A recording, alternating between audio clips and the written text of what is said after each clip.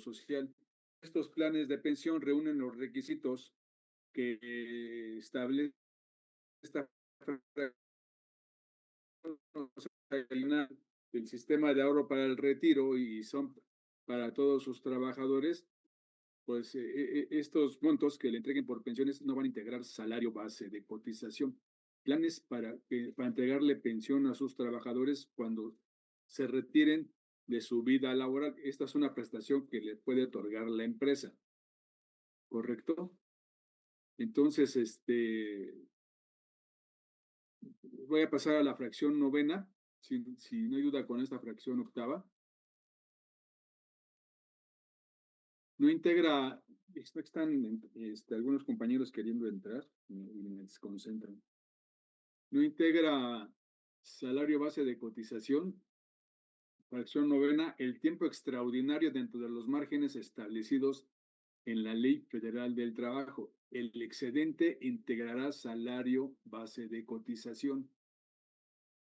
Igual que en el impuesto sobre la renta, acuérdense que ahí nos decía que se va a considerar exento para efecto del impuesto sobre la renta el tiempo extraordinario que no exceda de los límites establecidos en la Ley Federal del Trabajo.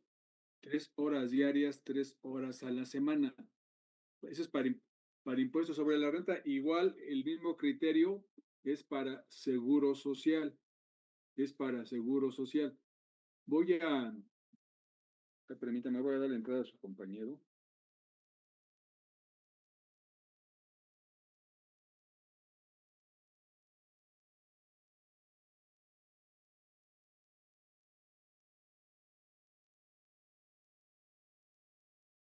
Entonces, no hay que perder de vista que no integra salario base de cotización, hablando de tiempo extraordinario, aquellos que se paguen dentro de los márgenes señalados en la Ley Federal del Trabajo.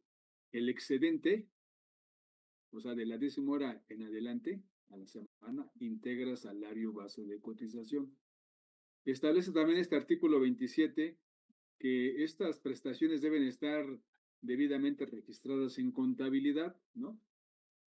Voy a proyectarles el caso práctico que vimos de tiempo extraordinario en la clase para determinar cuánto integra el tiempo extra para efecto del seguro social. Voy a proyectarles una hoja de Excel.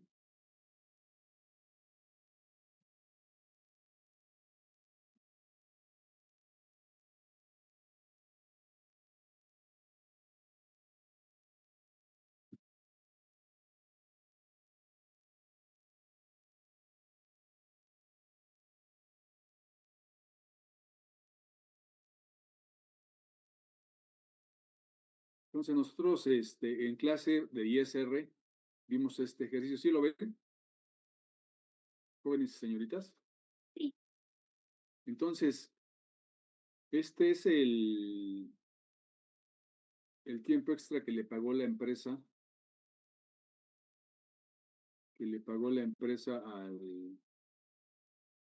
al trabajador, ¿no? De este tiempo extra, lo que estuvo exento fueron 583, ¿no? Esto que equivale a esta hora, a 1 hora del lunes, que ya la hemos visto, a 3 del martes y a 3 horas del miércoles. Ya las del jueves ya integran salario porque es la cuarta vez y la ley establece que es 3 veces a la semana. O sea, aquí el lineamiento legal lo cumple de lunes a miércoles y son esas horas que van a estar exentas, 3 horas a la semana. Entonces, este es el tiempo extra que está exento, y si se le pagaron un total de 1,750 de tiempo extra por las 17 horas, lo que integra salario es el excedente, o sea, es decir, el total de tiempo extra de 1,750 menos lo que está exento, 583.33, lo que integra salario son 1,667. Entonces, si tenemos un salario diario de 333.33, que son 10,000 entre 30, ¿no? 10,000 entre 30, y tenemos un aguinaldo de 40 días, 40 entre 365 por el salario, esto es lo que integra de aguinaldo. Tenemos, el trabajador tiene 9 años de antigüedad, o sea, 22 días por el 50% de la prima. Esto es lo que va a integrar, de prima vacacional. Ay, permítanme, voy a darle entrada a unos compañeros.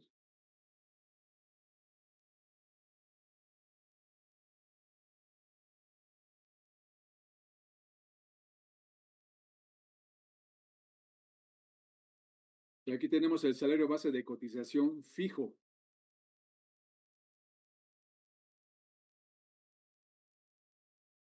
Estamos hablando que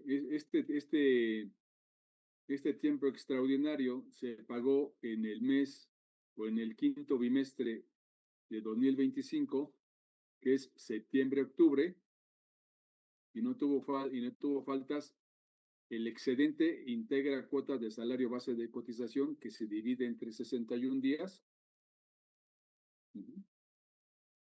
Y esta es la parte variable que va a integrar el salario base de cotización mixto. No sé si tengan alguna pregunta. Obviamente, nosotros ya para efectos de impuestos sobre la renta tenemos un tiempo extra que no excedió de las 9 horas, que es el que no integra, que es este. La diferencia con el total que se le pagó de tiempo extra, que son 1,167, este es el que integra, que aquí está.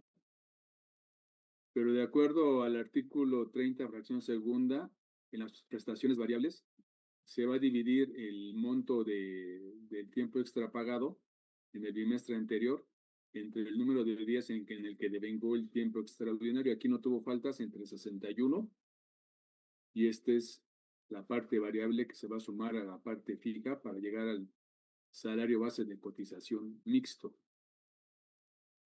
Este es el ejercicio que vimos para ISR. No sé si tengan alguna pregunta. No, ninguna.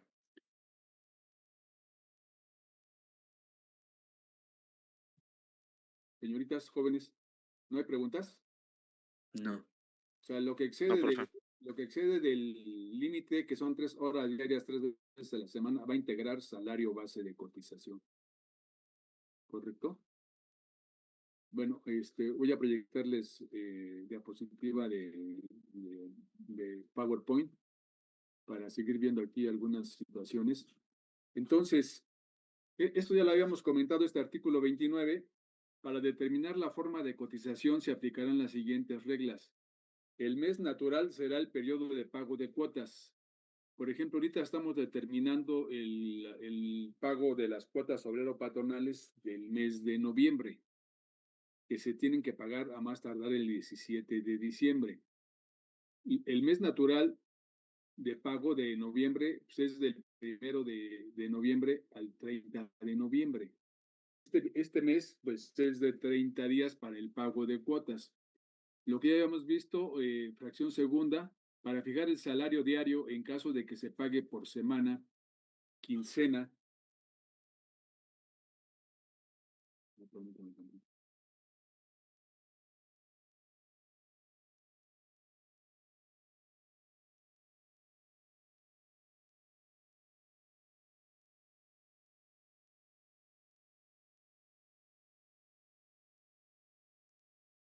Ahorita me pregunta aquí su compañera de la reforma que se aprobó, que va a ser de manera paulatina. Ahorita y va a entrar hasta, creo que 2027, ¿no? La reforma. Entonces, ahorita va a entrar, no, no va a entrar, sino hasta el 2027, señorita.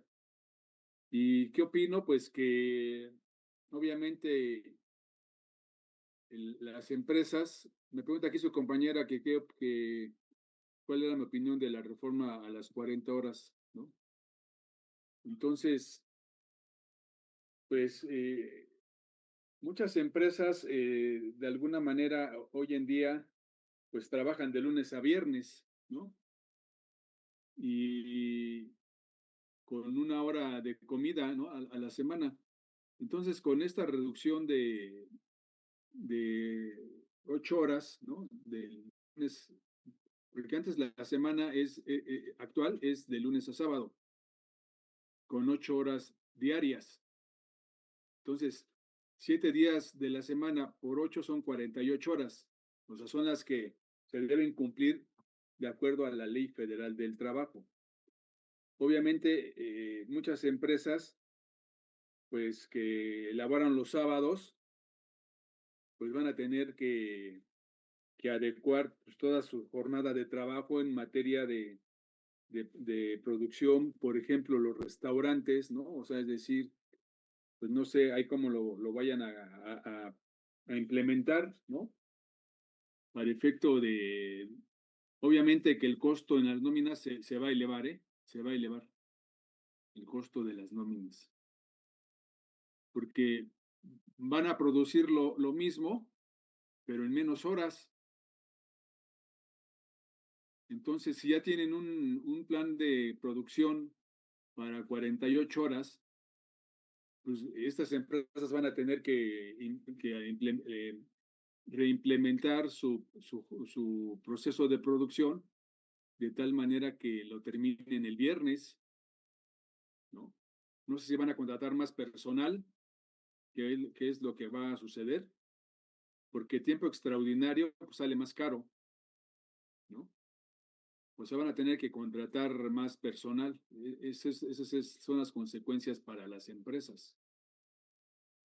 O sea, es decir, todo esto del incremento del salario mínimo, de la reducción de la jornada de trabajo, de que quieren aumentar el salario mínimo de 15 a 30 días, pues son costos adicionales para las empresas. Pero le quiero preguntar a la persona que me hizo la pregunta que qué opinaba de la reducción de la jornada de trabajo. Todos estos costos que a las empresas les repercute, ¿no? En su actividad, pues, hablando del salario mínimo, porque ahora ya el salario mínimo va a ser de 300, ¿no? ¿De cuánto? Por aquí me noté. Salario mínimo de 315 pesos, 04 al mes, 9,500 el salario mínimo para 2023. 3,000, 3,000, digo, 315,04 el mínimo aquí en la Ciudad de México. En la frontera, 374,60 mensual, 11,238 pesos. Entonces, obviamente, los administrativos, ¿no? Que estaban ganando 9,000 pesos, pues ya ni modo que las empresas le paguen el salario mínimo general, por ejemplo, a un licenciado en contaduría. Las empresas en su tabulador van a tener que incrementar en su tabulador de la empresa, pues partiendo del salario mínimo general hacia arriba, ajustar los salarios de los puestos de sus trabajadores hacia arriba, hablando del salario mínimo. Y eso obviamente pues va a repercutir en un costo más alto en la nómina.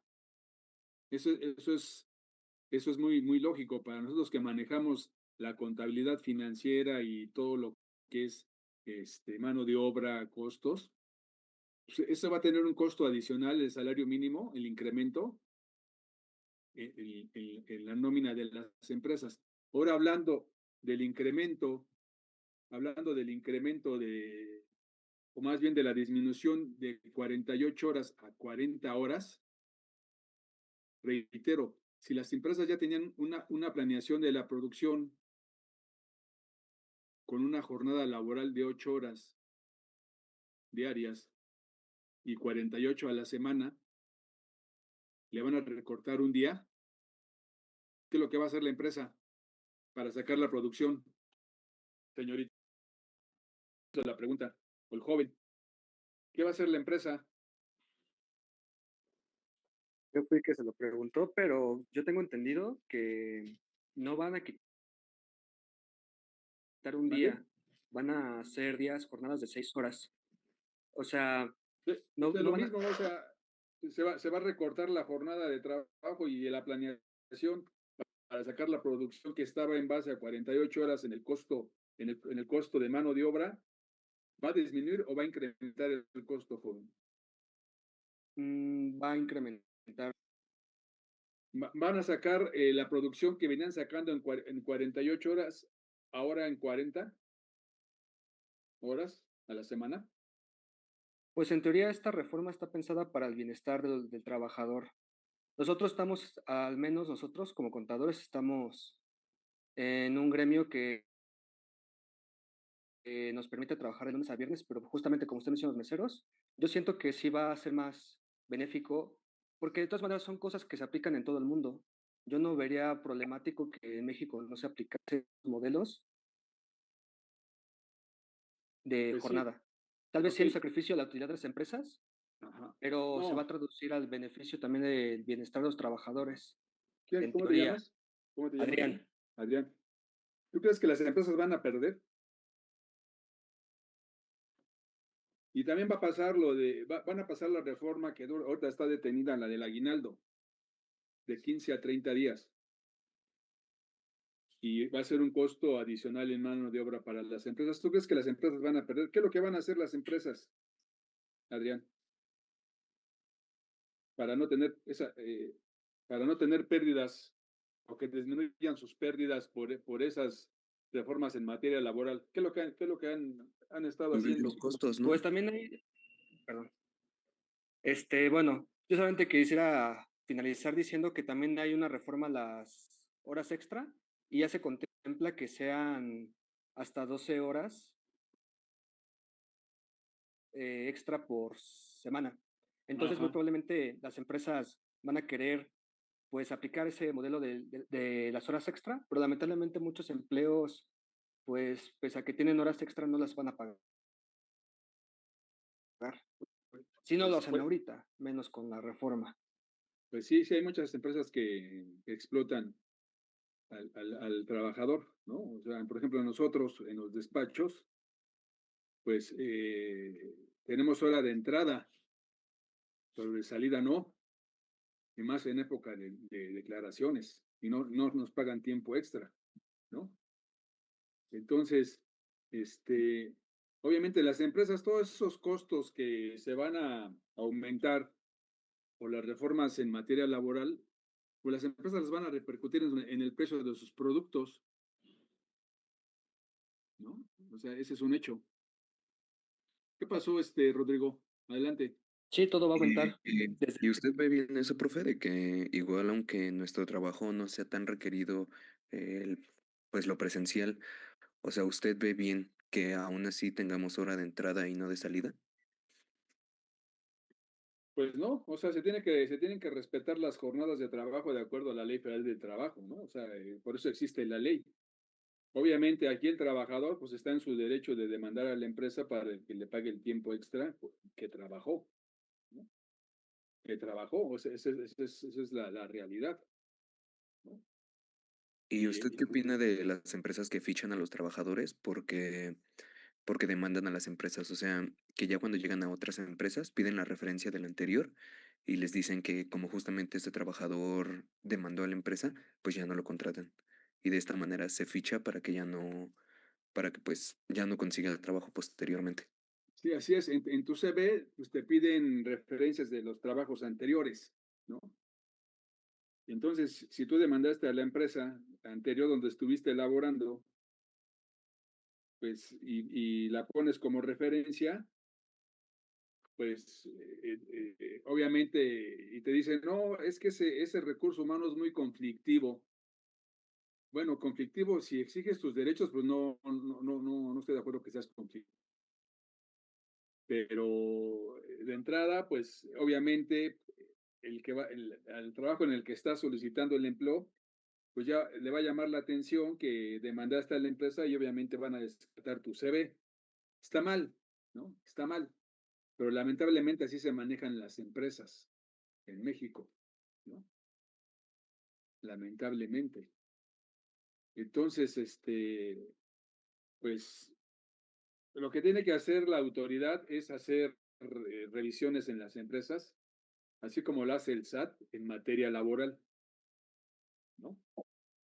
En materia laboral y que supervise y que haga encuesta con los trabajadores, si puede ser de manera anónima, si les están pagando su tiempo extraordinario y que si están cumpliendo con todas las prestaciones que establece la ley.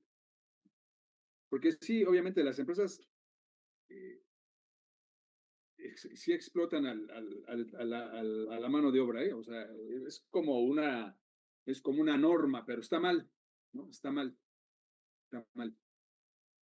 Así es. Bueno, entonces vamos a continuar. Si no hay preguntas, Yo tampoco la adelante. reconocí. Mande. No la reconocí. ¿Qué No pasó la ya? reconocí. No, usted la que le Ya lo cierra, restaba ahí cierra tu micro, el lugar para. porfa. Gracias. Pues sí, entonces yo opino eso de la reforma, ¿no? O sea, pues las empresas dicen, con tal de llevar la fiesta en paz con el gobierno, dice, pues adelante, hubo una reunión, que estuvieron de acuerdo, porque ellos con la mano en la cintura, si no son precios controlados por el gobierno, se incrementan los precios, por ejemplo, una computadora o un portafolio, un traje, zapatos, ellos pueden incrementar y lo vemos todos los días en los supermercados están reetiquetando precios, ¿no? Y ese es como un ciclo, ¿no? Ok, gobierno, tú me obligas a reducir mi jornada laboral, me va a incrementar mis costos, me obligas a incrementar el salario mínimo y todo eso me repercute en el tabulador de todos mis salarios, de todas las categorías de mis trabajadores, porque no nada más son los que ganan el salario mínimo. Ahorita, por ejemplo, los administrativos que estaban ganando 9,000 pesos, pues ya van a tener que incrementarle el salario. Obviamente, estoy de acuerdo que los salarios en México están mal pagados. Están mal pagados. Y está bien lo que está haciendo el gobierno. O sea, todo eso lleva a que haya un reajuste en las categorías para todos los puestos, es decir, salario mínimo, vámonos para arriba, empleados, auxiliares contables, contadores, encargados de departamento, obviamente que todo eso repercute en costos de mano de obra hacia arriba, ¿no? Porque ya el salario mínimo que se puede pagar de acuerdo a la ley del trabajo y del seguro social, pues a partir de enero de 2026 es el de al día es el de 315,04 que ya lo aprobaron, ¿no? Obviamente, Adrián, con 315,04, ¿para qué nos alcanza? Así como para víveres de una familia, Adrián. Sí, ¿podría repetir la pregunta? Sí, Es que creo que se cortó. con Nada un más. salario mínimo de 315 pesos diarios para una familia de 3 hijos o 2, ¿para qué les puede alcanzar? Y renta, y No, escuelas. no, ya la verdad es que también ha sido una dificultad para nosotros los jóvenes este tipo de escenarios en los que vivimos, por lo que no tenemos vivienda y también el querer formar una familia, pues no es tan sencillo y por eso es que si hay como que una crisis tanto de hijos como de matrimonios derivado a las problemáticas que se presentan socialmente. El incremento del salario mínimo, pues no va a garantizar el acceso a nuestros hipotéticos hijos a pues tener una vida digna. Yo ya llevo clientes y tengo una clienta que tiene una hija y nada más es ella y su hija y o sea, gana creo que 8,000 pesos, pero es por Ajá. honorario. Y no, profe, o sea, ella me comenta Es el justamente mínimo. que sí es muy difícil para ella, um, ¿Qué es el salario menos del mínimo? mínimo. Sí, porque la otra vez me mandaron a comprar carne molida. Ah, caray, 1 kilo 200 pesos. Digo, 1 kilo 200 pesos y eso es para un Sí, la día, verdad es que ¿eh? los costos de vida,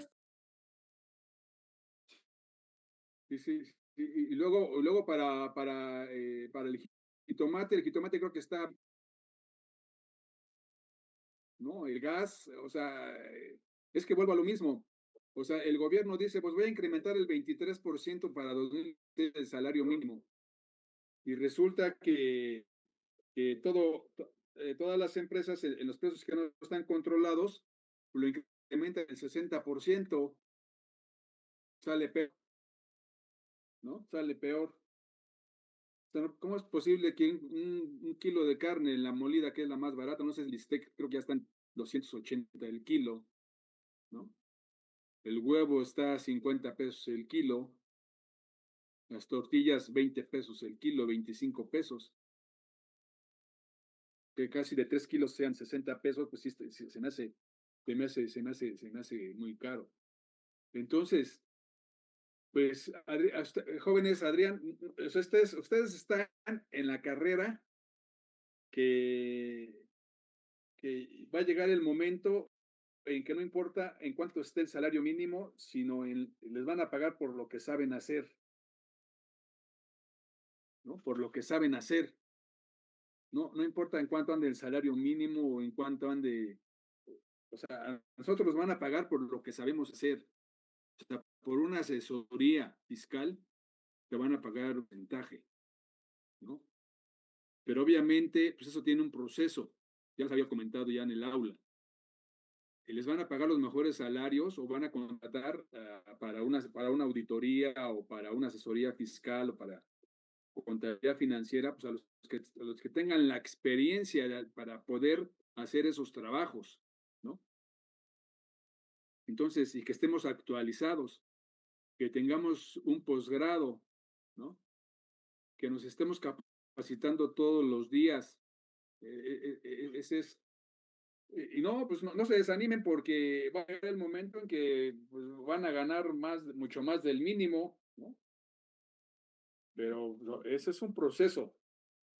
Yo, cuando empecé a trabajar de auxiliar el primer semestre de la licenciatura, yo ganaba muy poquito, ¿no? Yo ganaba muy poquito, ¿no? Pero obviamente, pues, la experiencia, ya cuando les comentaba que cuando yo terminé la licenciatura, yo ya era gerente de impuestos de un despacho mediano, ¿no? Antes de titularme. Pero pues todo eso lo da la persistencia. Obviamente nada es fácil en esta vida, va a haber obstáculos que tenemos que vencer, ¿no? De todo tipo. Y están en la mejor universidad, o sea, están sanos, ¿no? Pues el chiste es aplicarse y buscar trabajo lo más pronto posible, buscar trabajo, ¿no? Buscar trabajo. Bueno, pues vamos a continuar, si ya no hay preguntas, con estas reformas que se han estado presentando. Entonces, vamos a entrar ya más adelante al cálculo de las cuotas obrero-patronales. Vamos a hacer primero unos casos prácticos en Excel y después en el SUA. O sea, lo que vamos a hacer en el Excel, el SUA es un programa que está en la página del IMSS, que obviamente está ya programado por ingenieros y contadores para que calcule las cuotas obrero-patronales, pero primero lo vamos a hacer en el SUA para que ustedes aprendan cómo lo calcula el SUA. O sea, el SUA pues tomó todos los artículos de la ley del Seguro Social que nosotros vamos a conocer cuando lo hagamos en Excel y después lo vamos a aterrizar en SUA. Entonces, esta fracción 2 del 29 para fijar el salario diario en caso de que se pague por semana, lo hemos venido repitiendo constantemente. Si yo veo me dicen, oye, ya inscribe al trabajador, lo acabamos de contratar y me pasan su expediente donde está su contrato de trabajo, su acta de nacimiento, su copia del INE, su comprobante de domicilio, su CV, porque ahora ya no son ya no son solicitudes, sino son CVs, y donde está su CV, donde está las, las referencias, ¿no? O sea, es decir, de conocidos, ¿no? Que es un buen muchacho, que es respetuoso, que estudia, ¿no? Todo eso sirve, ¿no? Entonces, ahí me dicen, oye, va a ganar 50,000 pesos al mes. Bueno, para yo conocer su salario diario con el que lo voy a inscribir más las prestaciones, como ya vimos en el salario base de cotización, pues divido los 50,000 pesos entre 30, ¿no? Si me dice que es un salario mensual, y ya de ahí para abajo, si es una prestación semanal entre 7, si es una prestación quincenal entre 15 o mensual entre 30 respectivamente, ¿no? Y aquí dice la fracción tercera, si por la naturaleza o peculiaridades de las labores el salario no se estipula por semana o por mes, sino por día trabajado y comprende menos días de los de una semana, pues el asegurado labora jornadas reducidas y su salario se determina por unidad de tiempo. En ningún caso se recibirán cuotas con base en un salario mínimo, inferior al salario mínimo. O sea, es lo que veíamos anteriormente. Para inscribir a un trabajador al IMSS, el trabajador no me recibe un aviso de inscripción de un trabajador al IMSS si no le informo al SAT que es un salario mínimo. Si pongo menos del salario mínimo, me rechaza el aviso de inscripción del trabajador, ¿correcto?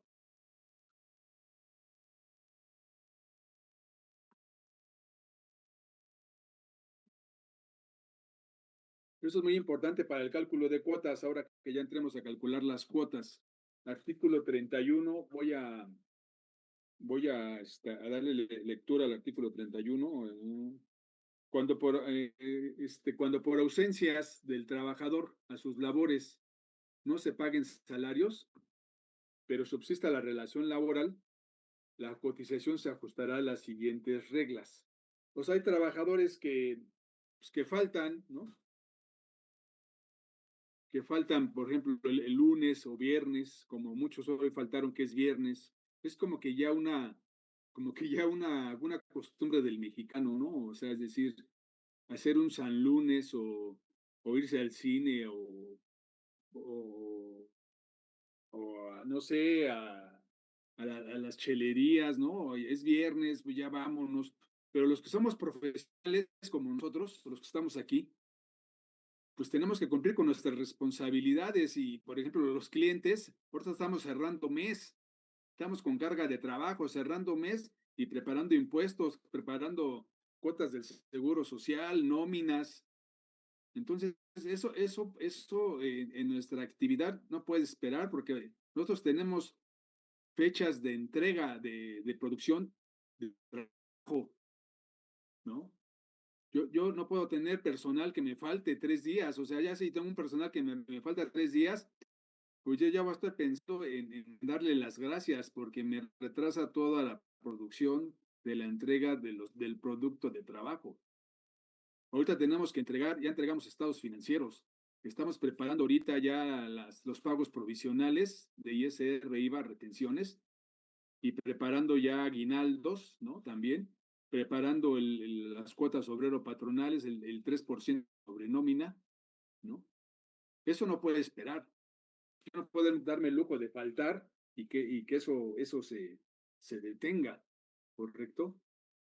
Entonces, para efecto del seguro social, si yo tengo inscrito a mis trabajadores en el instituto y tengo que pagar cuotas del seguro social, establece aquí que cuando falten los trabajadores, este artículo 31 no lo pierdan de vista ahora que empecemos a efectuar el cálculo de cuotas obrero-patronales. Fracción primera, si las ausencias del trabajador son por periodos menores de 8 días, o sea, en un mes, consecutivos o interrumpidos, Se cotizará y pagará por dichos periodos únicamente en el seguro de enfermedades y maternidad. ¿Qué quiere decir esta reforma? En el régimen de aseguramiento obligatorio tenemos varios seguros que ya los vimos. Tenemos el seguro de riesgos de trabajo, seguro de enfermedades y maternidad, seguro de invalidez y vida, seguro de guarderías, seguro de cesantía en edad avanzada y vejez, ¿no? Tenemos y el Infonavit. Entonces, me establece esta fracción primera. Oye, patrón, si tú tienes trabajadores que faltaron en noviembre y no les pagaste sueldo, y esas ausencias son menores a 8 días, únicamente págame seguro o cuotas obrero patronales del seguro de enfermedades y maternidad. De los demás seguros, no me pagues cuotas. Es a lo que se refiere esta fracción primera. Si las ausencias del trabajador son por periodos menores de 8 días consecutivos o interrumpidos en un mes, se cotizará y pagará cuotas únicamente en el seguro de enfermedades y maternidad. La empresa va a pagar cuotas obrero patronales por 30 días de noviembre, ¿no? Entonces, en el seguro de enfermedades y maternidad, si un trabajador faltó en noviembre 5 días, pues no, va a tener que pagar sobre los 30. En el seguro de riesgos de trabajo, 30 menos 5 días que faltó, va a pagar sobre 25 días.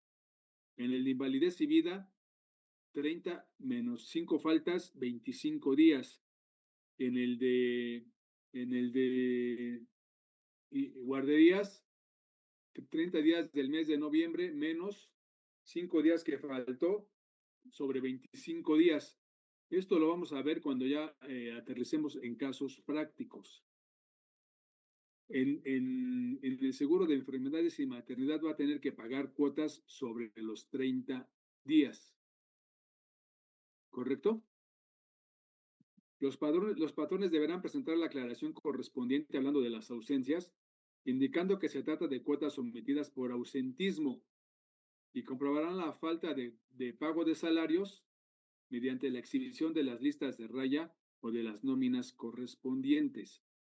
Para este efecto, el número de días de cada mes se obtendrá restando del total de días que contenga el periodo de cuotas, de que se trate otra español, el ejemplo yo de noviembre, son 30 días, restando los días, el número de ausencias sin pago de salario correspondiente al mismo periodo, excepto del seguro de enfermedades y maternidad. Ahí no va a poder restar las ausencias donde no se les pagó salario a los trabajadores,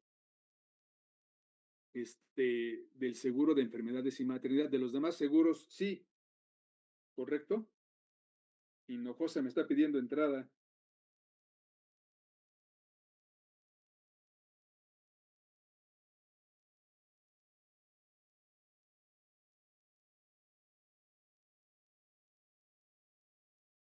Este es el artículo 31, cuando terminemos las cuotas.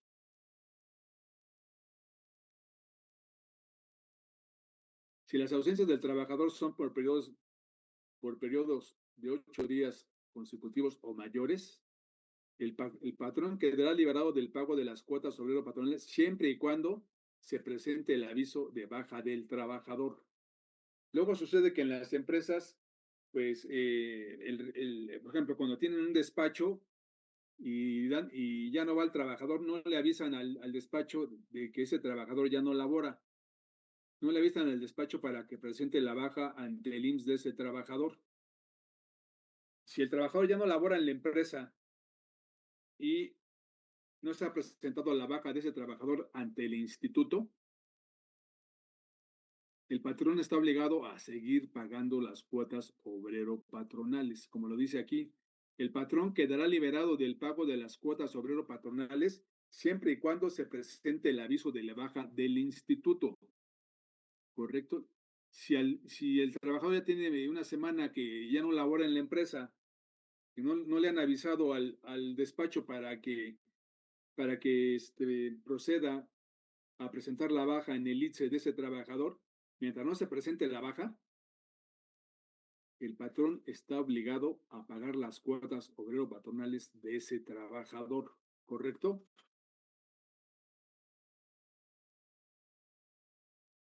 Disculpa, profesor, que acaba de leer, ¿en qué fracción está? Es la fracción, es el artículo 31, la fracción primera. Gracias, gracias. Luego, la fracción cuarta del 31. Tratándose de ausencias amparadas por incapacidades médicas, aquí es otro supuesto, expedidas por el Instituto Mexicano del Seguro Social, no será obligatorio cubrir las cuotas obrero patronales, excepto por lo que se refiere a retiro. ¿Qué quiere decir esto? Bueno, ahorita estoy determinando las cuotas del mes de noviembre y un trabajador me presentó una incapacidad médica de 10 días. De 10 días. Por ejemplo, en el seguro de enfermedades y maternidad, puedo restar de los 30 días del mes de noviembre 10 días que están amparadas con una incapacidad médica. Los días por el que ese trabajador o la empresa va a pagar cuotas obrero patronales será sobre 20 días en el seguro de enfermedades y maternidad.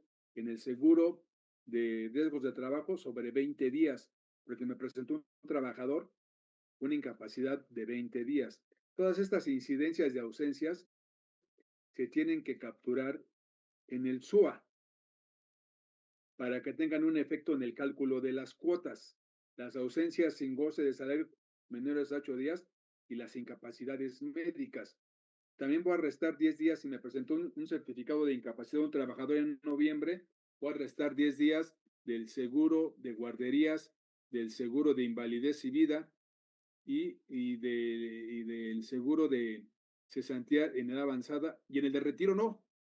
En el seguro de retiro no voy a poder restar los 10 días, porque aquí la ley me permite que esos días amparados por incapacidad médica no los puedo restar del seguro de ramo de retiro, ¿correcto, jóvenes?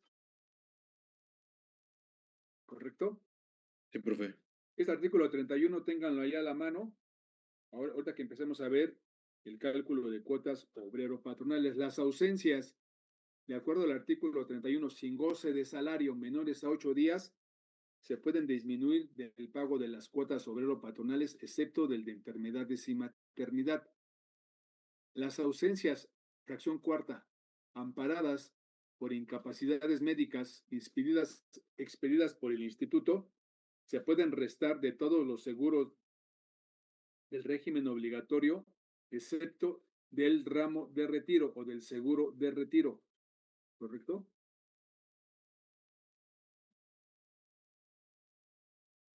Vamos a entrar al Infonavit.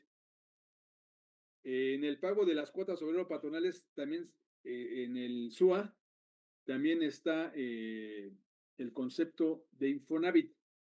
Entonces, en el artículo 29 de la ley del Infonavit, el Infonavit únicamente lo paga el patrón, es un 5% sobre el salario de los trabajadores. Artículo 29, fracción segunda. El patrón está obligado a determinar el monto de las aportaciones del 5% sobre el salario, en lo que corresponde a la integración y cálculo de integración del salario base de cotización y cálculo de la base y límite superior salarial para el pago de aportaciones al Infonavit, se aplicará lo contenido en la ley del Seguro Social.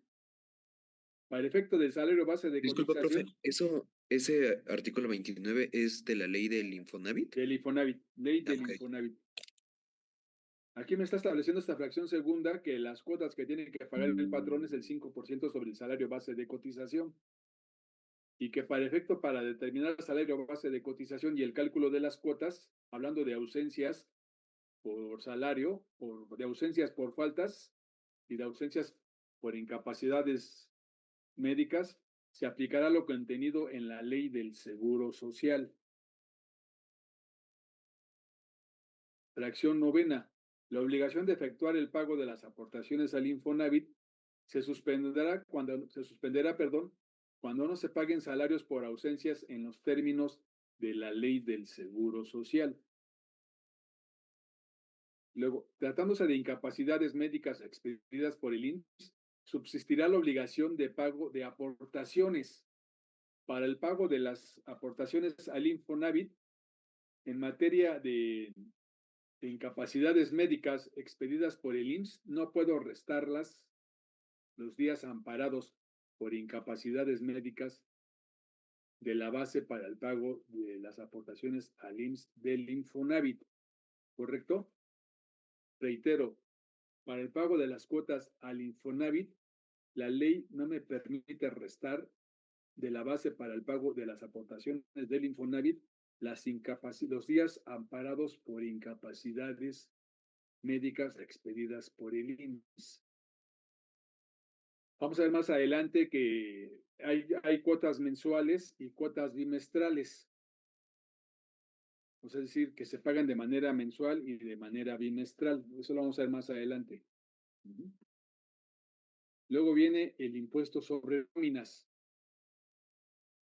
Este impuesto sobre nóminas ya es un impuesto local. ¿Por qué local? Porque este lo cobra la tesorería del Distrito Federal. Es decir, el gobierno de la Ciudad de México recauda este 3% sobre nóminas. ¿Cómo lo van a pagar las empresas? Hablando del impuesto sobre nóminas, las personas físicas y morales obligadas al pago del impuesto sobre nóminas por pago en dinero o en especie en la Ciudad de México por remuneraciones al trabajo personal. Entonces, ¿cómo determino yo cuánto voy a pagar de nóminas? Pues, este se paga el día 17 de cada mes. Pues me voy a las nóminas y tengo que revisar o tengo que hacer la sumatoria de lo que aparece en la nómina de sueldos y salarios, de tiempo extra, de premios, ¿no? Eso forma parte para el pago de la base de los pagos, compensaciones, gratificaciones y aguinaldos, la participación patronal al fondo de ahorro. Aquí sí me graba el fondo de ahorro patronal, primas de antigüedad, comisiones, pagos a consejeros, también me forma parte para la base del 3% sobre nómina, ¿no? O sea, todos esos pagos que haga la empresa en la nómina forman parte para el pago del impuesto sobre nómina, que no se considera para el pago del impuesto sobre nómina que le paguen las empresas a sus trabajadores. Pues los instrumentos y materiales necesarios para la ejecución del trabajo, lo que maneja el IMSS en el artículo 27, las aportaciones que haga el patrón al sistema de ahorro para el retiro, los gastos funerarios no formarán parte para el pago del impuesto sobre nóminas, jubilaciones y pensiones, haberes de retiro, así como las pensiones vitalicias, las aportaciones al Infonavit tampoco forman parte de la base para el pago del 3% sobre nómina. Profesor, Sí. ¿ese artículo en qué ley viene? ¿En la ley Es del en- Infonavit? No, este está en el código fiscal de la Ciudad de México. Código fiscal de la Ciudad de México. Gracias, profesor. Es un impuesto local que está contenido en el Código Fiscal de la Ciudad de México. La alimentación y la habitación tampoco la debo considerar para el pago del 3% sobre nómina, los intereses subsidiados, primas por seguros obligatorias por disposición de ley, prestaciones de previsión social regulares y permanentes que se consideran de manera general de acuerdo con las leyes o contratos de trabajo. La PTU tampoco la debo considerar para el pago del impuesto sobre nómina. Personas contratadas con discapacidad, lo que se les pague, tampoco se considera, no pagan el 3% sobre nómina. O sea, en el 156 del Código Fiscal de la Ciudad de México me establece qué conceptos de la nómina debo considerar para pagar el impuesto sobre nómina. ¿Qué es lo que hacemos nosotros cada mes aquí en el despacho? Bueno, vemos las nóminas que pagó la empresa en noviembre, vemos los rubros, salario, tiempo extra, ¿no? Principalmente, gratificaciones, Y si yo me voy al 156, tengo nóminas donde se pagaron salarios, lo considero para la base, se les pagó una compensación, lo considero para la base, ¿no? Se le pagó comisión, se lo considero para la base del 3% sobre nómina. O sea, son artículos muy precisos de pagos que hacen las empresas a los trabajadores que debo considerar para este 3% sobre nómina que tienen que pagar las empresas. Reitero, la pregunta que hizo el compañero fue muy acertada. ¿De qué ley son estos artículos, profesor? ¿Dónde está el impuesto sobre nóminas? Ah, pues en el Código Fiscal de la Ciudad de México. Este es un impuesto que lo cobran los gobiernos de cada entidad federativa. Por ejemplo, en el Estado de México se llama 3% se llama impuesto sobre remuneraciones. Aquí en la Ciudad de México se llama impuesto sobre nóminas. ¿Correcto?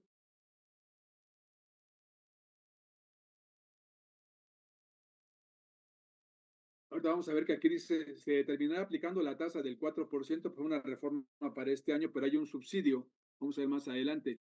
Sobre Profesor, el monto, mande. disculpe, ¿cree que puede regresar a la diapositiva anterior, por favor? Sí, cómo no.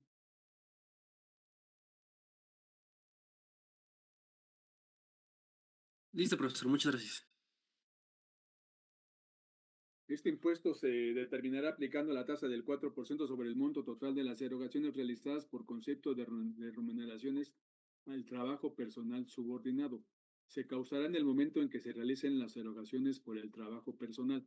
Deberá presentarse o pagarse a más tardar el día 17 del mes siguiente. Se deberán presentar declaraciones aun cuando no hubiesen realizado erogaciones, o sea, presentarlas en cero hasta en tanto no presenten el aviso de baja del padrón o de la suspensión temporal de actividades.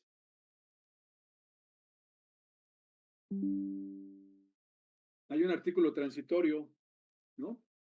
Que presenta un beneficio fiscal, artículo 37 para 2025 del Código Fiscal de la Ciudad de México. Beneficios fiscales específicos para las micro y pequeñas empresas que cumplan con ciertos requisitos. Veíamos que es la tasa del 4%. Establece aquí, las microempresas podrán aplicar una reducción del 1%, o sea, es decir, la tasa del impuesto sobre nóminas, en la tasa del impuesto sobre nóminas, lo que significa que pagarían una tasa del 3%. ¿Qué considera la ley que es una microempresa? Cuando tienen trabajadores de 0 a 10, se van a hacer acreedoras a un beneficio fiscal en lugar de pagar el 4%, van a pagar el 3% sobre nóminas sobre la base de los sueldos pagados, de acuerdo al artículo 156, ¿no? Con los conceptos.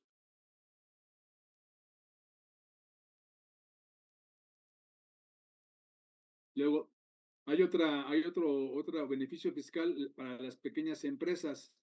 Podrán aplicar una reducción del 0.5% de manera que pagarían una tasa del 3.5% de la industria cuando tengan trabajadores de 11, hablando de industria de 11 a 50, de comercio de 11 a 30 trabajadores y de servicio de 11 a 50. Todas las demás empresas que no estén en este transitorio van a pagar el 4% sobre la base de los sueldos pagados de acuerdo al artículo 156 y 157, de acuerdo a los conceptos que ahí se manejan de pagos de salarios en el impuesto sobre nóminas. ¿Correcto, jóvenes, señoritas? Vamos a hacer un caso práctico de pago de cuotas obrero-patronales. Se los voy a dictar para aterrizar estos casos prácticos. Voy a dejar de proyectar. ¿Ya puedo quitar esta diapositiva? Jóvenes y señoritas, ¿sí me escuchan? Ah, ok. Profesor, ¿nos podría dar un minuto para terminar de anotar, por favor? Así como no, sí, sin problema. Sin problema, sin problema.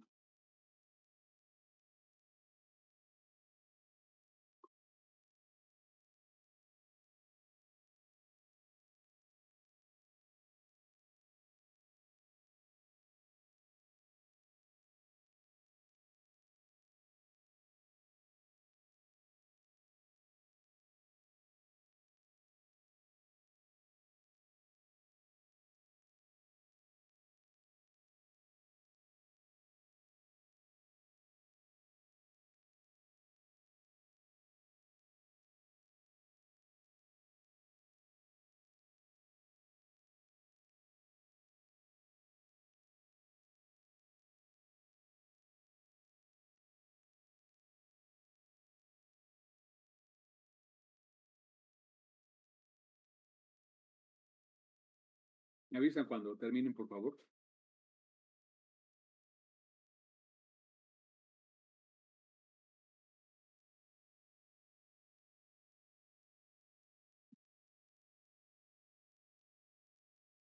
Sí, profesor, muchas gracias. Ok, les voy a dictar el ejercicio de cálculo de cuotas obrero patronales.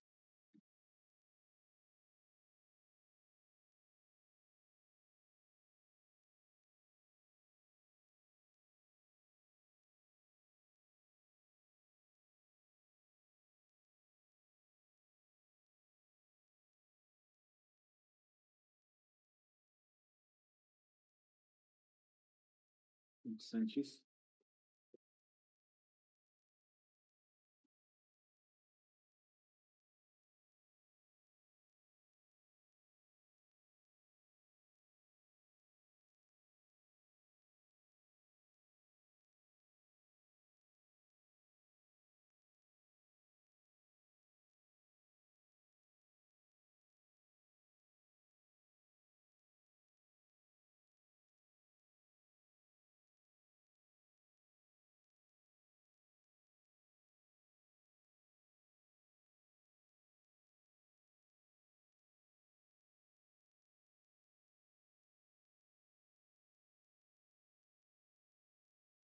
Tome nota, por favor. Caso práctico, determinación de cuotas obrero patronales. Cálculo de cuotas. Caso práctico, determinación de cuotas obrero patronales de la trabajadora Martínez Rivera Juana.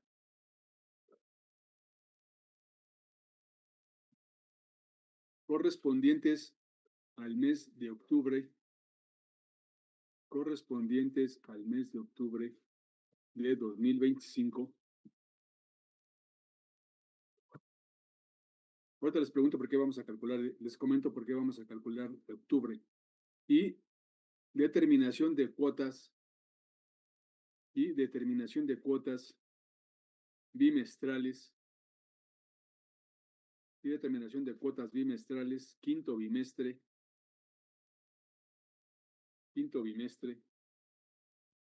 septiembre-octubre 2025.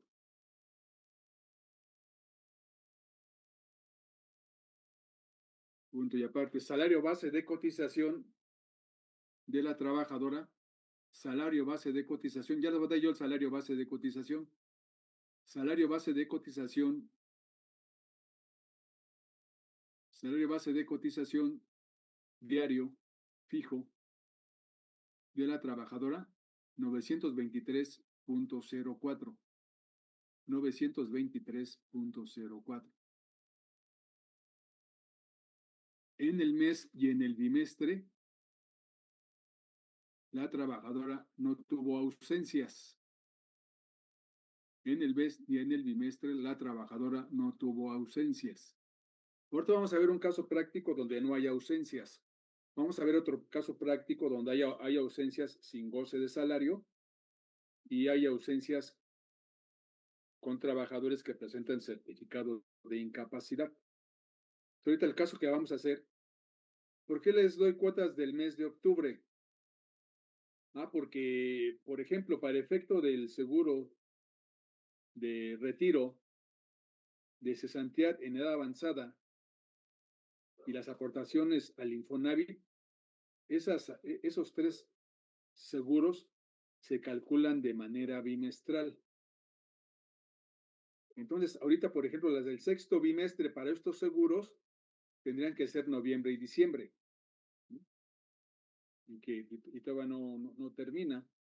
Y entonces, por eso que estoy tomando ahorita el 5º bimestre, que es septiembre, octubre, y el mes de octubre, las cuotas mensuales del mes de octubre.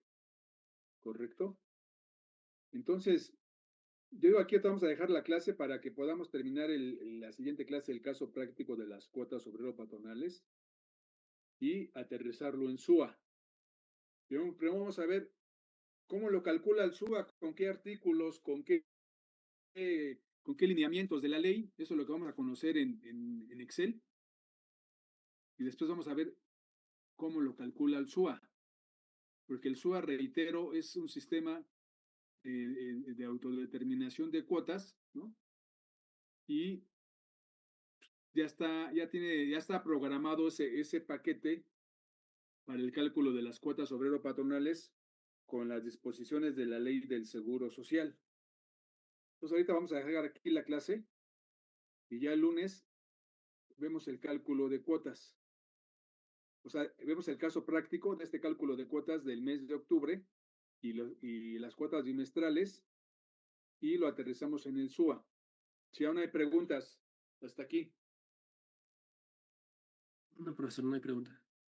No, profesor, gracias. Ok, entonces el próximo lunes desarrollamos ya el pago de cuotas obrero-patronales en Excel con los artículos de la ley y después ya lo aterrizamos en SUA, ¿correcto? El SUA es Sistema Único de Autodeterminación de Cuotas Obrero-Patronales. Si ya no hay preguntas, aquí terminamos la clase y el lunes vamos a ver 2 casos prácticos de cálculo de cuotas, primero en Excel y después en SUA, ¿correcto? Si ya no hay preguntas, aquí concluimos la clase. Nos vemos el próximo lunes. Gracias, profesor. Gracias, profesor. Gracias. Gracias, profesor. Buenas tardes, que estén bien. Gracias, profe. Hasta luego. Gracias, profesor. Hasta luego.